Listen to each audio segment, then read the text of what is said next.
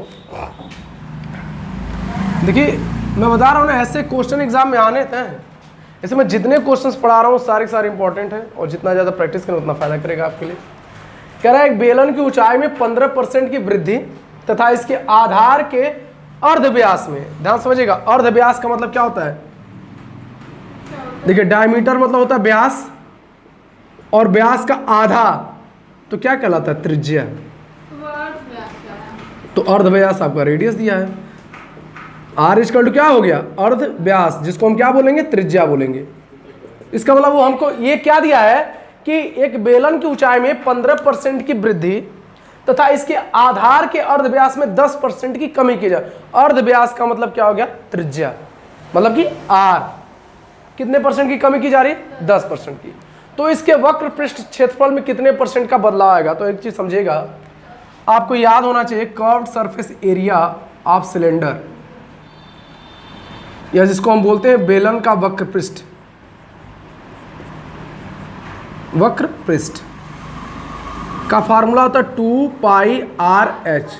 कल ही मैंने पढ़ाया था आपको कि अगर चाहे आपका रेशियो, चाहे परसेंटेज या फ्रैक्शन, जो उसमें फिक्स्ड वैल्यू होती है उसको नहीं लिया जाए। मतलब 2 और पाई से आपको कोई मतलब नहीं है। इसमें क्या क्या डाटा आया? आपका r आया और क्या आया? h आया। तो पहले आपसे कह रहा है कि h 15% दिया ना, 15% की क्या हो रही? वृद्धि होती है। 15% का फ्रैक्शन कितना होता है? 3/20। 15% का फ्रैक्शन क्या होता है? 3/20। मतलब कि 15% की वृद्धि हो रही है किसमें? आपकी ऊंचाई में। इसका मतलब पहले h कितना था? 20 था, और अब h कितना हो गया? 23 हो गया। पहले h कितना था? पहले h ऊंचाई आपकी कितनी थी? 20 थी, और वो बढ़ के बाद में कितना हो गया? बाद में 23 हो गया। अरे यही तो मतलब हुआ ना इसका। क्यों जी? अरे पहले 20 था, और 15% का 3/20 फ्रैक्शन, 20 का 15% कितना हुआ? 3 है ना। तो 20 में 3 ऐड करेंगे तो कितना हो गया? 23। बदलाव आ रहा ना कि 20 से 23 हो गया। और रेडियस में कितने का कमी आ रहा है? 10% का। मतलब कि रेडियस पहले आपका क्या था? 10 था, अब रेडियस कितना हो गया? 9। आज से पूछा कि वक्र क्षेत्रफल में कितने की कमी हुई, तो h × r निकाल लीजिए। 200 हो गया, और ये हो गया कितना? 9 × 27, 9 × 18, 2 20। भाई पहले कितना आया? वक्र कर्व सरफेस एरिया था 200 था, पहले 200 था, अब 207 हो गया। तो कितने का बदलाव आया? 7 का। 7/200, 100 2 जा खत्म हो गया, तो आएगा आपका 3 होल 1/2% आपकी वृद्धि होगी, इंक्रीज होगा। ये तो मतलब हुआ ना इसका। h × r हम क्यों निकाल रहे हैं? क्योंकि हमको पता है कि वक्र पृष्ठ क्षेत्रफल की बात कर रहा है। वक्र पृष्ठ क्षेत्रफल, तो सिलेंडर का वक्र पृष्ठ का फार्मूला होता है 2πr/h होता है। तो 2π को हम हटा देंगे, हम किससे मतलब रखें? h और r से मतलब रखें। पहले क्या कह रहा है कि 15% की कमी हो रही, वृद्धि हो रही ऊंचाई में, तो पहले आपका था 20, अब आपका हो गया 23 हो जाएगा। अच्छा एक और तरीका मैंने आपको, ध्यान दीजिए इधर, आपसे एक क्वेश्चन में ये बोल रहा है कि यदि एक घनाभ की लंबाई, चौड़ाई तथा ऊंचाई को क्रमशः, का मतलब तब रिस्पेक्टिवली बोल देते हैं, मतलब कि क्रम वाइज। तो पहले किसकी बात हो रही है? लंबाई में कितने परसेंट की कमी की गई? 5% की। तो आप समझिए पहले। फिर आपसे बोला चौड़ाई में भी 5% की कमी की गई। माइनस साइन लगने का मतलब हो गया कि कमी हो रहा है। तथा ऊंचाई में 20% की, प्लस लगा हुआ है यहाँ पे, प्लस 20% की क्या कर दी गई? वृद्धि कर दी गई। तो आप ये बताइए कि घन के आयतन में परसेंट वृद्धि क्या हुआ? ठीक है, तो घनाभ का आयतन का फार्मूला पहले ये जान लीजिए, होता है length into breadth into height, यही होता है। ठीक है, तो लंबाई में कह रहा है 5% की कमी हो रही है। तो पहले आपका, पहले ऐसे लिख लो, पहले जो लेंथ था वो 20 था, और बाद में आपका लेंथ कितना बन गया? 90 बन गया, 90। फिर उसके बाद आपका जो ब्रेथ था उसमें भी 5% की कमी कर गई। तो पहले ब्रेथ आपका 20 था, अब हो गया क्या? 19। और हाइट में आपसे कह रहा है कि हाइट में जो है 20% का फ्रैक्शन होता है 1/5, तो 20% की वृद्धि हो जा रही है। तो पहले आपका हाइट 5 था, अब आपका हाइट हो गया 6। तो जब आयतन निकालना होगा तो मैंने क्या पढ़ा है, L into B into H होता है कि नहीं होता है। इसका हम इन सबका क्या करेंगे, मल्टीप्लाई कर देंगे। तो 20 400 5 2000 और 19 का जब आप मल्टीप्लाई करते हो तो 361 होता है, और उसमें 6 से मल्टीप्लाई आया कितना आपका 2166 ये आया। तो पहले क्यूब आयतन कितना था 2000, अब बढ़ के कितना हो गया 2166 आया ना। तो कितने का अंतर आया भाई, प्लस 166 का। इतना वृद्धि हुआ है इसमें। तो 166 अपॉन 2000 परसेंट में चेंज करने के लिए 100 से मल्टीप्लाई करेंगे। अच्छा आप ये बताएं वृद्धि हो रही है कि कमी हो रही है, आयतन में वृद्धि हुआ कि कमी? वृद्धि हुआ भाई, पहले 2000 था अब 2166 हो गया। तो क्या हुआ इसमें, वृद्धि हो गया। तो होगा क्या, 00 से 00 खत्म, 2 8 जा 3 जा 83/10 आया। इसको हम लिख देंगे 8.3% आपका इंक्रीज हुआ। ये आपका क्या हो जाएगा, आंसर हो जाएगा। पढ़ाया था परसेंट इंक्रीज या परसेंट डिक्रीज का, मैंने पढ़ाया था कि a plus B plus A into B/100, ठीक है। तो पहले कह रहा है बेलन की ऊंचाई में 15% की वृद्धि हो रही थी, जब वृद्धि होगा तो प्लस होगा, प्लस 15। फिर आपसे कह रहा है इसके आधार के अर्धव्यास में 10% की कमी हो रही है, तो यहाँ पे जब कमी होगा तो माइनस हो जाएगा। फिर प्लस ए की वैल्यू कितना है 15 और बी की वैल्यू कितना है -10। अरे भाई बी की वैल्यू -10 होगा ना, क्योंकि कमी हो रही है, अपॉन 100। तो 15 में से 10 गया 5, ये खत्म हो जाएगा। प्लस इंटू माइनस माइनस, ये 1.5 आ गया। अरे भाई 15/10 है तो 1.5 हो जाएगा। तो 5 में से 1.5 जाकर कितना हुआ 3.5%, या इसको आप लिख सकते हैं 3 होल 1/2%। ये आपका क्या हो रहा है, इंक्रीज हो रहा है, क्योंकि वैल्यू प्लस में आई है तो इंक्रीज हो रहा है। क्लियर, समझ में आया उसका। a plus B plus A into B/100 से लग जाएगा। ये क्लास मिस ना किया करे कोई भी। आपसे क्वेश्चन ये कह रहा है कि किसी लंबवृत्तीय बेलन की आधार त्रिज्या में, जैसे ऐसे समझिएगा, सिलेंडर आपका ऐसे होता है और सिलेंडर का आधार त्रिज्या ये आपका, ठीक है, ऐसे होता है। तो कह रहा है आधार त्रिज्या में मतलब कि रेडियस में 40% बढ़ा दिया जाता है रेडियस को, तथा इसकी ऊंचाई में 37 होल 1/2% क्या किया है, घटा दिया जा रहा है। 37.5% क्या किया जा रहा है, घटा दिया जा रहा है। तो आपसे पूछा कि इसके आयतन में प्रतिशत परिवर्तन ज्ञात करिए। तो पहले बात तो ये समझिए, बेलन का आयतन का फार्मूला आपको पता होना चाहिए। तो सर बेलन के आयतन का फार्मूला क्या होता है, πr²h। तो जब भी हम कंपैरिजन करेंगे तो मैंने बताया था कि जो आपका न्यूमरल नंबर होता है, आंकिक मान होता है, उसको हटा दे, मतलब पाई इससे कोई मतलब नहीं होता है। बट अगर आप देखेंगे तो 40% रेडियस का फ्रैक्शन कितना दिया 40%, इसका 2/5 होता है। तो एक चीज नोटिस करिए आप ध्यान से, तो पहले और बाद में हम आयतन निकालेंगे, पहले का आयतन और बाद का आयतन। तो रेडियस कितना दिया है, रेडियस r² दिया ना, तो पहले 5 था तो 5 का स्क्वायर हो जाएगा, क्यों जी। लेकिन उसमें 2 की भाई 40% बढ़ जा रहा है, तो 5 का 40% कितना हुआ 2 ना। तो पहले 5 था, अब 2 ऐड हो गया तो कितना हो गया 7 हो गया, तो 7 का स्क्वायर हो जाएगा। अरे भाई पहले रेडियस r² पहले 5 स्क्वायर होगा, अब कितना हो गया 7 स्क्वायर हो गया। उसके बाद h कितना दिया है, h आपका दिया 37 होल 1/2%। इसका फ्रैक्शन होता है 3/8, ये होता है ना। तो ध्यान दीजिएगा इसमें क्या हो रहा, घट रहा है। तो 8 का 37 होल 1/2% कितना 3 घट रहा है। तो पहले आपका 8 था, अब ये घट के कितना हो गया 5 हो गया। समझ में आ रहा नहीं आ रहा। तो आयतन कितना हुआ, 5 का स्क्वायर 25 8 200 और 7 7 49 25 245 हुआ ना ये। तो पहले आपका आयतन 200 था, अब आयतन आपका कितना हो गया 245 हो गया। तो कितना बढ़ा 45। 45/200 इंटू 100, 100 दूना 200, इसको डिवाइड करें तो आएगा 22 होल 1/2% आपका इंक्रीज हुआ। ये आपका क्वेश्चन होगा। समझ में आएगा नहीं है? ठीक है ना। अच्छा दूसरा क्वेश्चन देखिए, कह रहा है यदि वृत्त की त्रिज्या 25% बढ़ा दी जाए तो इसके क्षेत्रफल में परसेंट परिवर्तन ज्ञात करिए। 25% का फ्रैक्शन क्या होता है? r 1/4। आपको पता है वृत्त का क्षेत्रफल क्या होता है? पाई r स्क्वायर होता है। पाई r स्क्वायर होता है, पाई को हटा देंगे तो पहले आपका कितना था? 4 था, तो 4 का स्क्वायर हो गया 16, और भाई बाद में 25% बढ़ रहा है तो 4 का 25 पर 1 हुआ, 5 हो गया, तो 5 का स्क्वायर कितना हो गया? 25। कितने का अंतर आया? 9 का।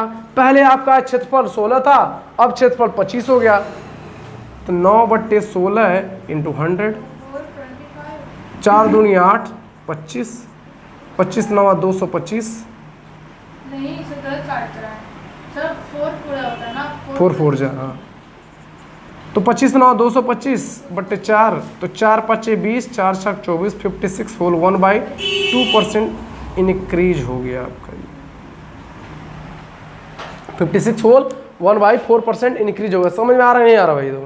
तो शायद अब आपका ये टाइप खत्म हो रहा है, अब फिर हम अगले अब नेक्स्ट कोई और टाइप पढ़ते हैं। ठीक है, लीजिएगा, कह रहा है कि 2 व्यक्ति सांसद के लिए चुनाव लड़े, उसमें विजेता उम्मीदवार ने डाले गए कुल मतों का 57% मत प्राप्त किया।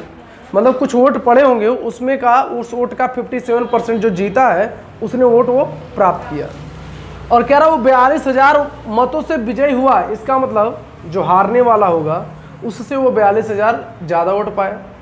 आपसे पूछ रहा डाले गए मतों की कुल संख्या। तो देखिए ध्यान दीजिएगा, आप मान लीजिए माना वोट की संख्या 100 मान लो।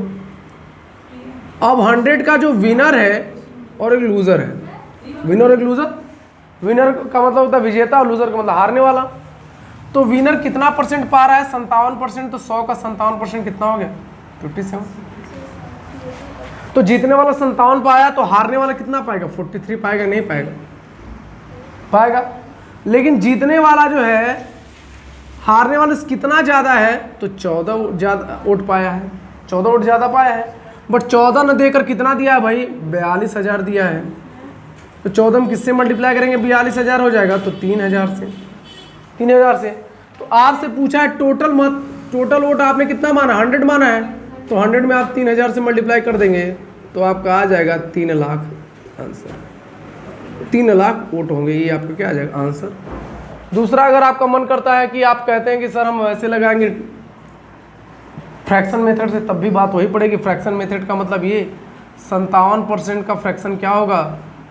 57/100। तो टोटल का 100 था, 100 का 57 अगर पा गया तो जो हारा है वो कितना पाया? 43। जीता कितने वोटों से? 14 से। सेम वही चीज़ यहाँ पे रिपीट होगी, 42,000। मैं बोला ना वही चीज़ फिर रिपीट होकर चली जाएगी। 3 लाख टोटल वोट कितने हैं? 100 है, तो 3 लाख से मल्टीप्लाई, 3,000 से मल्टीप्लाई करेंगे तो टोटल वोट आ जाएगा 3 लाख। मुझे नहीं लगता बहुत ज़्यादा टफ था ये क्वेश्चन, इनफैक्ट पढ़ाया हुआ भी था। सारे क्वेश्चन जो भी आपके फंसेंगे, मैं सारे क्वेश्चन तो बताऊंगा ही, बट मैं आज मैं सिलेक्टिव थोड़ा सॉल्व करा रहा हूँ। आपसे बोला है कि स्कूल में 1400 छात्र हैं, 25% चश्मा लगाते हैं। अब 1400 छात्र में जो है बॉयज़ और गर्ल दोनों आ जाएंगे, उसमें से 25% में जो चश्मा लगाते हैं तो उसमें क्या होंगे? बॉय और गर्ल भी चश्मा लगाते होंगे। और उस 25% में आपसे बोल रहा है कि जो चश्मा लगाने वाले हैं तो 2/7 जो लड़के हैं और जो बाकी हैं लड़कियां हैं। तो बताइए लड़कियों की संख्या कितनी है? एक बार ट्राई करिए, नहीं आ रहा तो हम बता ही रहे हैं। क्या वो आ ही नहीं रहा है टाइप? देखो अब इसीलिए मैं मतलब परसेंटेज का कोई टाइप नहीं होता है। परसेंटेज में जितना हो, अब आप पैटर्न ढूंढेंगे और यार सर तो ये वाला टाइप तो पढ़ाया नहीं। देखिए ये सब क्वेश्चन ना बेसिक से लगाना चाहिए, कोई बहुत ज़्यादा ट्रिक नहीं है। दीक्षित सर भी वही बात बोलते हैं, बहुत ज़्यादा बेसिक से ही ज़्यादा रहना चाहिए, ट्रिक से बहुत ज़्यादा लगाने की जरूरत नहीं है। कह रहा है एक स्कूल में 1400 छात्र है, उसमें से 25% चश्मा लगाते हैं। तो भाई 1400 छात्र हैं, उसका 25% निकाल लो जो चश्मा लगाते हैं। चश्मा लगाने वाले की संख्या निकाल लो छात्रों की। तो 1400 का 25%, 1/4 सॉल्व करेंगे तो आएगा 4 3 12, 4 5 350। ये 350 लोग जो है चश्मा लगा रहे हैं, 350 लोग क्या कर रहे हैं, चश्मा लगा। और इसमें ये छात्र मतलब कि ये बॉय और गर्ल दोनों हैं, ये बॉय और गर्ल दोनों हैं इसमें। अब आपसे कह रहा है कि चश्मा लगाने वाले में से 2/7 जो है लड़के हैं। अरे भाई बॉय की बात करें 2/7 क्या है, लड़के हैं। तुम 350 का 2/7 निकाल लो, 50 दूना 100, 100 लड़के हैं, लड़के 100 ही हुए ना जी। अरे हुआ ना, 100 लड़के निकल गए। अच्छा ये बताओ लड़कियों की संख्या पूछा है, अरे 350 टोटल बॉय और गर्ल हैं जो चश्मा लगा रहे हैं, जिसमें से 100 लोग क्या हैं, बॉय हैं। तो बच्चे कितने, 250 ही लड़कियां चश्मा लगाती हैं। यह तो आंसर हुआ, 250 लड़कियां। टफ नहीं था, ये आसान था एकदम। भाई 100 लड़के लगा रहे हैं तो बची कितना, भाई लड़कियों की संख्या 350 में से 100 माइनस कर 250, आंसर आ जाएगा। कोई टफ था क्या, आसान था। कह रहा है एक विवाह समारोह में 32% महिलाएं हैं, 54% पुरुष और 196 बच्चे हैं। अरे आप इस नोटिस करो, और उस विवाह में पुरुष कितने, ये आपसे पूछ रहा है। तो समझो टोटल अगर विवाह में मान लो 100 हैं, तो 100 का 32% क्या है, महिलाएं हैं। इसका मतलब 32 क्या होंगी, महिलाएं हो गई, हो गए ना महिलाएं। कह रहा 54% जो है मेन है, तो 54% कितना हो गया, हो गया ना। तो भाई 54 और 32 आपके हो गए कितना, 86 हो गया ना भाई। 86% जो है वो मेन और वोमेन हो गए। तो 86% अगर मेन और वोमेन हो गए तो 14% क्या बचेंगे, बच्चे बचेंगे ना, बच्चे बचेंगे ना। कि बच्चों की संख्या कितनी हो जाएगी, 14 हो जाएगी ना, होगी कि नहीं होगी भाई।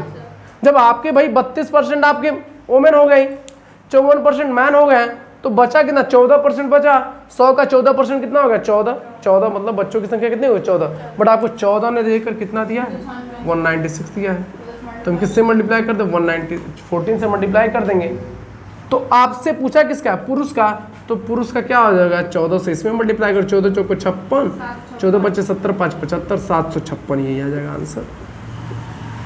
आसान था ये भाई। 756 जो क्या हो जाएंगे, पुरुष हो जाएंगे। क्लियर। दूसरा क्वेश्चन क्या कह रहा है, चीनी की कुल मात्रा का 5% भाग बिक जाने के बाद 5 kg चीनी बचती है, कुल मात्रा बताइए भाई। 5% का फ्रैक्शन क्या हो गया, 1/20। अरे भाई 20 टोटल चीनी थी, अब भाई 20 था, 20 का 5% बिक गया, मतलब 1 बिक गया, तो बचा कितना, 19 बचा। 19 न बच के कितना बच रहा है भाई, 5 kg बच रहा है। तो 5 19 में किससे मल्टीप्लाई करेंगे, तो 5/19 से, इसी से मल्टीप्लाई कर देंगे ना। अरे भाई 19 में 5/19 से मल्टीप्लाई कर, 19 से 19 खत्म हो जाए, 5 आएगा कि नहीं आएगा। तो आपसे पूछा कुल मात्रा, अरे कुल मात्रा आपकी कितनी थी, 20 थी ना। तो 20 में हम 5/19 से मल्टीप्लाई करेंगे, होगा क्या, 20 25 100/19।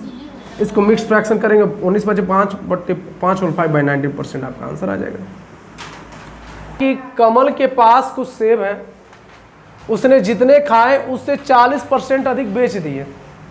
तो भाई 40% का फ्रैक्शन क्या होता है, 2/5। अरे भाई उसके पास जो था 5, उसका 40% अधिक बेच दिया, तो 5 का 40% कितना है, 2। तो कितने हो गए, 7 हो गए भाई। 7 उसने क्या किया, बेच दिए, बेचा उसने 7। भाई जो उसके पास था उसका 40% अधिक ना, बेच दिया। भाई उसके पास 5 था, 5 का 40% कितना, 2, वो ज़्यादा बेच दिया। तो कितने बेचे हैं, 7 बेचे। 7 ने देकर आपको कितना दिया है, 70 बेचा है वो। तो 7 में किससे मल्टीप्लाई, 10 से। तो भाई उसके पास कितने सेब खाए उसने, तो 10 से इसमें मैंने 50 सेब खा लिए उसने, कोई दिक्कत नहीं। अब दूसरा क्वेश्चन कह रहा है यदि A 360 से 20% अधिक है, तो 20% का फ्रैक्शन कितना होता है, 1/5।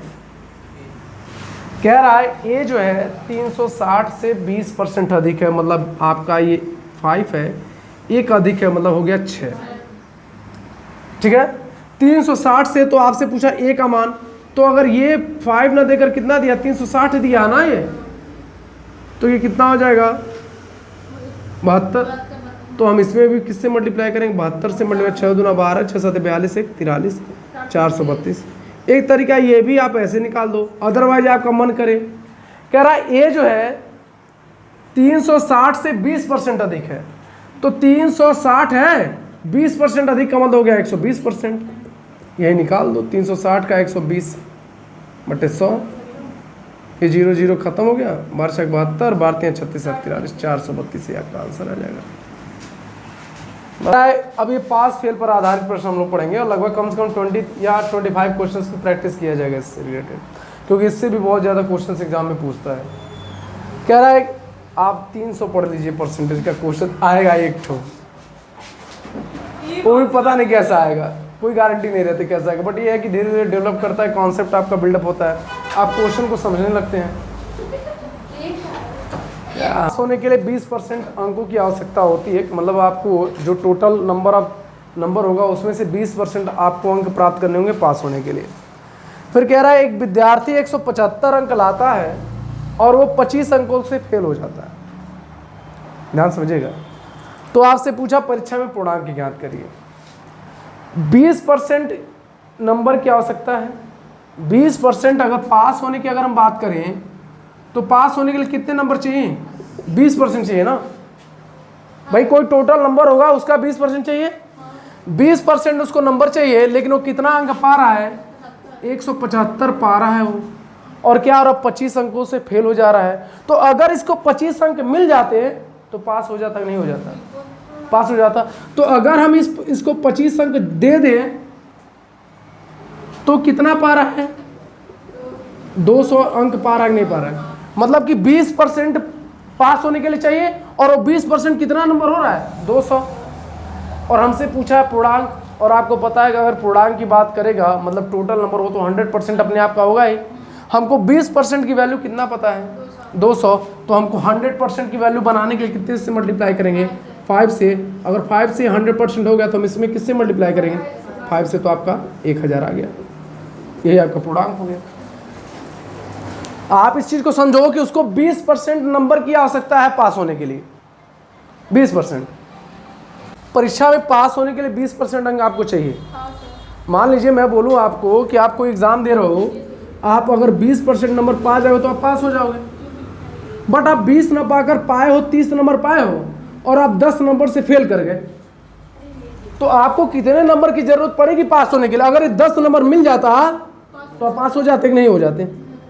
ये 10 नंबर में तो ये पासिंग मार्क्स कितना हो गया, 40 नंबर हो गया ना, 40 नंबर पासिंग मार्क्स हो गया। तो आपसे पूछ रहा पूर्णांक, पूर्णांक का मतलब हो गया टोटल नंबर पूछ रहा है आपसे कि भाई टोटल कितने नंबर में आप पा रहे हो। तो आपको पता है कि 20% 200 के बराबर हो जाएगा।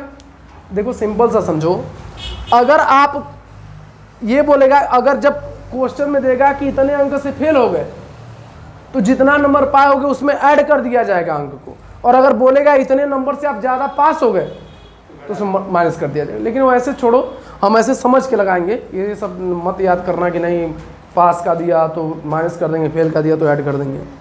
20% नंबर चाहिए उसको, 175 वो पा रहा है, 25 अंक से फेल कर गया, तो पास होने के लिए उसको कितने अंक की जरूरत पड़ेगी, 25 हम ऐड कर दो 200। बट आपको पता है कोई भी डिजिट होगा पूर्णांक 100% होगा, तो 20% को 100 बनाने के लिए किससे मल्टीप्लाई करेंगे, 200 में किससे मल्टीप्लाई करेंगे, 5 से, तो आपका हो जाएगा 1000। अब इसको लगाने का एक और तरीका देखिए, अगर हम मान लें परीक्षा में पूर्णांक ज्ञात करें, तो पूर्णांक को अगर हम x मान लें, पूर्णांक को क्या मान लें, x, तो x का पास होने के लिए कितने परसेंट चाहिए उसको, x का 20% चाहिए। हाँ टोटल x पास होने x का 20% चाहिए, तो 20% ना पाकर वो कितना पा रहा है, 175, और 25 अंक से वो फेल हो गया, इसको ऐड कर देंगे। तो जो x का 20% होगा वो किसके इक्वल हो जाएगा, 200 के इक्वल होगा। तो 20% का फ्रैक्शन 1/5, क्रॉस मल्टीप्लिकेशन करेंगे, x की वैल्यू कितना आ जाएगी, 1000। तो यही आपका पूर्णांक हो गया, पूर्णांक आपका क्या हो गया, 1000 हो गया। बस तो कह रहा है कि एक परीक्षा में पास होने के लिए 32% अंकों की आवश्यकता है। पास होने के लिए कितने परसेंट अंक की जरूरत है भाई, 32% अंक की जरूरत है। कह रहा है एक विद्यार्थी 40 अंक तो लाता है लेकिन वो 40 अंक से फेल भी हो जाता है। इसका मतलब वो 40 अंक तो पाया, लेकिन अगर उसको 40 अंक अगर और मिल जाते, अंक बोल रहा हूँ यार, 40 नंबर अगर और मिल जाता उसको तो क्या करता, पास हो जाता। मतलब कि 32% का फ्रैक्शन कितना आया, 32% किसके इक्वल है, 80 के। उसको क्या चाहिए, हमको इस 32% को 100% बनाना है। तो पहले काम करते हैं, हम इससे 8 से डिवाइड कर, 8 4 जा, हम निकाल सकते हैं। मैं डायरेक्ट 8 से अगर 4 आएगा 25 से मल्टीप्लाई कर देंगे, कोई दिक्कत नहीं। तो अगर हम 8 से इसमें डिवाइड करें तो 8 4 जा, 8 10 जा, तो 4% किसके इक्वल आया, 10 के। तो 4% को अगर हमको 100% बनाना तो किससे मल्टीप्लाई करेंगे, 25 से। तो 25 से जब मल्टीप्लाई करेंगे तो ये 100% बन जाएगा। तो हम 25 से इसमें भी मल्टीप्लाई करेंगे तो आपका आंसर आ जाएगा 250। टोटल उसका पूर्णांक क्या हो जाएगा, 250 हो जाएगा। ठीक है। अब देखो एग्जाम अप्रोच क्या होती है ना, एग्जाम अप्रोच में हम लोग कैसे लगाते हैं। अब जैसे मान लो क्वेश्चन दे दिया, परीक्षा में पास होने के लिए 32% अंकों की आवश्यकता है, एक विद्यार्थी 40 अंक लाया, 40 अंक से फेल हो गया। तो हम लोग एग्जाम में देखो, एग्जाम में क्या अप्रोच हो रही है, 32% सीधे लिखेंगे 80 और 16 दूना 32, 16 25 80 और आ गया 50 50 250। देखो बहुत लग जाता है। प्रत्याशी किसी परीक्षा में 20% अंक प्राप्त करके 30 अंकों से फेल हो जाता है। मतलब ये कि 20% तो अंक प्राप्त किया और वो 30 अंकों से फेल कर गया। 30 अंकों से क्या कर गया, वो फेल कर गया। यही बात हुआ। मतलब अगर उसको 30% अगर प्राप्त हो जाते तो पास हो जाता, यही तो मतलब हुआ ना उसको। फिर कह रहा परंतु अन्य प्रत्याशी 32% अंक प्राप्त करता है और 42 और पास होने वाले अंकों से 42 अंक अधिक प्राप्त करता है। तो इसको अगर 42 अंक कम पाएगा तो भी पास हो जाएगा। मतलब पास होने के लिए तो 32% अंक से, भाई देखो, परंतु अन्य प्रत्याशी 32% अंक प्राप्त करता है और पास होने वाले जो अंक था उससे 42 अंक ज़्यादा पा जाता। और मैंने आपको बताया कि जब ज़्यादा होगा तो उसको माइनस करेंगे। आपसे ये पूछा है तब पास होने के लिए अंकों का प्रतिशत कितना होगा, पास होने के लिए अंकों का प्रतिशत कितना होगा। तो एक चीज़ ध्यान दीजिएगा, 20% को इधर भेज दीजिए, 42 को इधर भेज दीजिए, तो 30 प्लस 42 इधर जाएगा और 32% माइनस 20%, इसको ऐड करेंगे 72% होगा और ये कितना आएगा, 12% आएगा। अरे भाई ये 12% होगा कि नहीं होगा, 32 में से 20 जाएगा। तो पूछा पास होने के लिए अंकों का प्रतिशत कितना है। मतलब हमको पता है पास होने के लिए 20% और 30 अंक की ज़रूरत है। अगर हमको 30 अंक का परसेंटेज पता चल जाएगा तो हम बता देंगे ना कितना परसेंट की ज़रूरत होगी पास होने के लिए। अब ध्यान दीजिएगा, हाँ ठीक है, ध्यान दीजिएगा। 24 होगा, 3 से इसको कैंसिल करते हैं, 300 इसको कैंसिल करते हैं, तो ये 4% किसके बराबर होगा, 24 के बराबर होगा।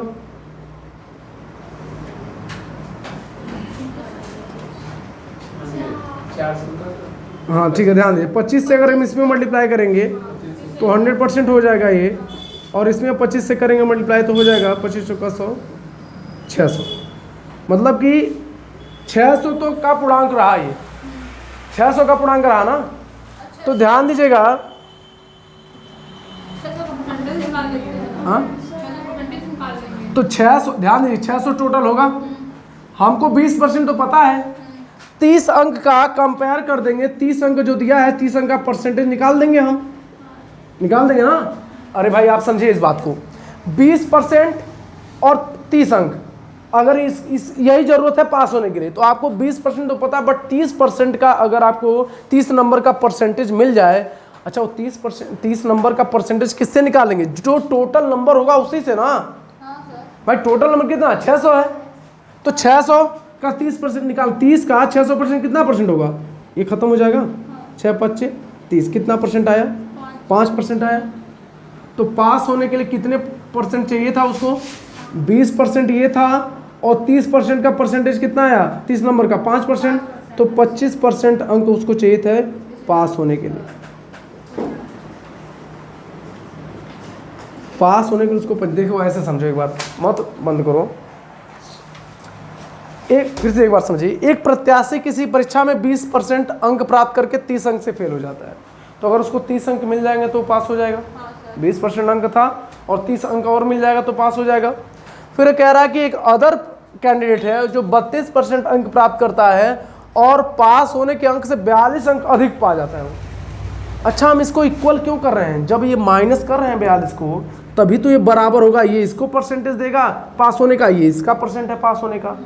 तो उसके बाद हम क्या करेंगे, परसेंट वाले को एक तरफ कर देंगे और नंबर वाले को एक तरफ कर देंगे। तो 12% आपका बराबर होगा 72 के। हम पहले टोटल नंबर क्यों निकाल रहे हैं? इसलिए टोटल नंबर निकाल रहे हैं क्योंकि तभी हम ये पता कर पाएंगे ना कि जो 30 नंबर है ये टोटल नंबर का कितना परसेंट है। टोटल नंबर कितना आया? 600 आया। 600 में आपको पता है 20% तो पता है, बट आपको ये 30 नंबर का परसेंटेज पता नहीं है। तो हम 30 नंबर का परसेंटेज किससे कंपेयर कर रहे हैं? 600 से। अच्छा, कभी हम मेरिट जब परसेंटेज निकालते हैं, नहीं निकालते हैं कि मान लो 510 नंबर पा गए किसमें से? 600 में से, तो कितना परसेंट हुआ? तो आप करते सॉल्व करते हो ना, तो 85% मान लो नंबर आया। ऐसे पता करते हो ना। तो वही भाई आपका 30 नंबर है, इसको पता करना है कितना परसेंट है। तो टोटल कितना है? 600 आया ना। तो हम डिवाइड करेंगे 30/600 × 100। अच्छा, परसेंट में चेंज करने के लिए किससे मल्टीप्लाई करते हैं? 100 से। तो 100 छक्का 600, 6 5 30, 5%। तो पास होने के लिए कितना जरूरत था इसको? 20% तो ये था और 30% का परसेंटेज कितना है? 5, 25% उसको पास होने के चाहिए था। ये क्वेश्चन यहाँ पर जब 20% प्लस 30 आया, 32% माइनस 42 आया, तो ये 72 हुआ 12%। ध्यान दीजिएगा।